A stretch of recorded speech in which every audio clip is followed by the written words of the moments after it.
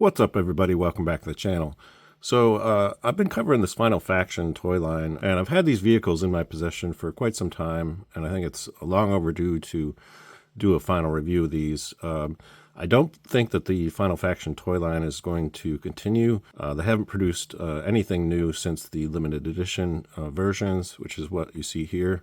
So they did the Alpha Team in gold and black, and they also did the Kharn in this sort of black and green motif, and then they produced these vehicles to go with them. So these were sold in 4 parts, basically. So to get the complete version of each of these, you had to buy 2 different things. They were only $1.25 each, so essentially $2.50 for each vehicle. So not very expensive, and they are very cool. I have the earlier versions of these, and we will do a side-by-side comparison a little bit later in the video.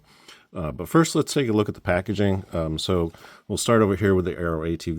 You can see a picture of it here on the front. So what it looks like without the weapons and armor package attached to it. So this is sort of the bare bones version. And on the back of the package, you can see, basically they show you how it goes together, and then they show you the additional accessories sold separately. So, and luckily enough, I believe I got all of these at one store location. They were all there, so I didn't have to go hunting around for the various parts. So here you can see the weapons and armor pack, and then on the back, you can see how these items are attached to the vehicle. So very cool stuff. And over here we got the Rumbler. So this is the Kharn vehicle. And you can see, again, here's the bare bones version, and you can see General Diabol sitting in the cockpit. This is the older version of him. I also have the new version, which is the one we're going to try out in the seat of this.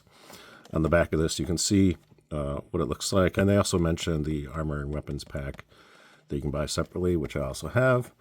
So, again, very lucky to find all of this at the same store and be able to add all the elements together so I could actually do a full review of all of these. So looks very cool. I should say I did buy these quite a while ago, and I haven't seen them around as often anymore.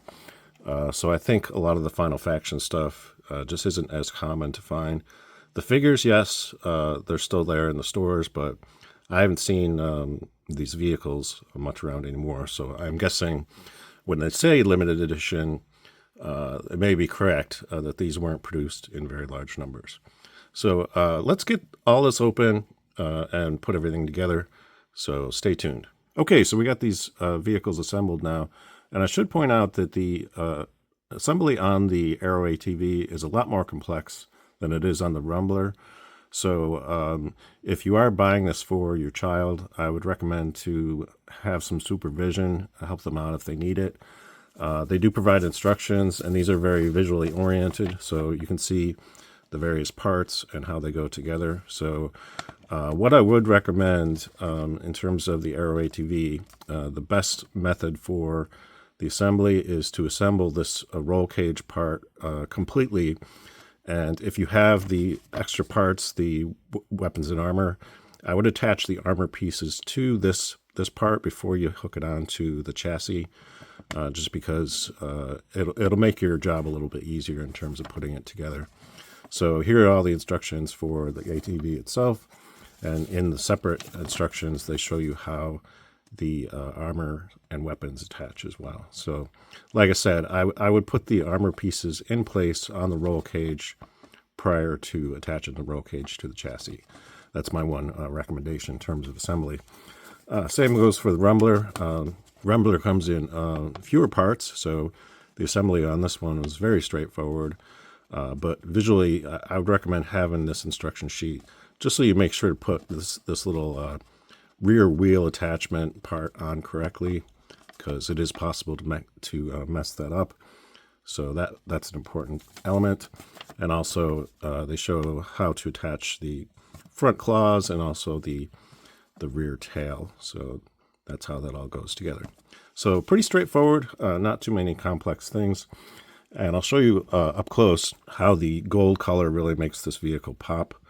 And they did some painted details as well. So you can see they added some black to the gold part back here. So we will do side-by-side comparisons as well. So you can see in there, there's the cockpit. And I will put a figure inside so you can see what that looks like. There's also footholes here on the back, so you can position a gunner in position to use that sort of Gatling gun that's on the top. So looks really cool overall, and very happy they did this. It does kind of bring this vehicle to life to add the extra gold elements. So looks very cool. And here we have the rumbler, and again, adding in these green elements really makes this vehicle come to life. So looks very cool, and you can see that rear wheel back here. And overall, I think it's looking really awesome. So let's do the side-by-side comparisons, and I'll put a figure in the cockpit of each of these vehicles so you can see what that looks like. Okay, so here we can see the side-by-side comparison between the two versions of the Aero ATV. And as you can see, in terms of the new gold version, I do like it a lot. There's something kind of appealing about the sort of militaristic look of the original version. But overall, I'm very happy that they did this updated version. And overall, I just think it looks amazing.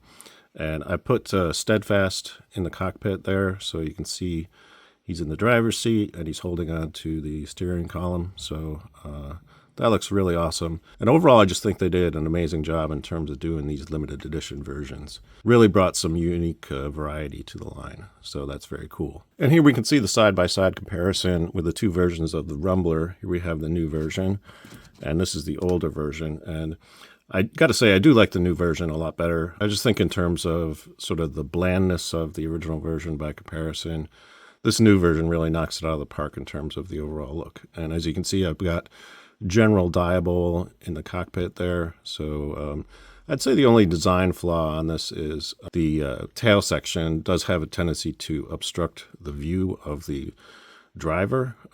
So yeah, it does move back and forth a little bit, so you can kind of move out of the way. But overall, I think they probably could have had it up higher so it would be out of his direct line of sight. But overall, I think it looks awesome.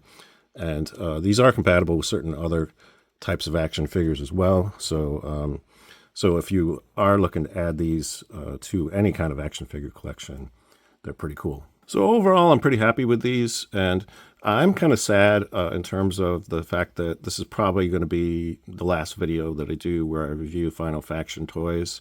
They may come up again at some point in the future. I may do a sort of comprehensive best of talk about the Final Faction toy line. I do have every element of the toy line, which is pretty amazing to say because in most cases that's not really possible with most action figure toy lines to have every single thing that they put out.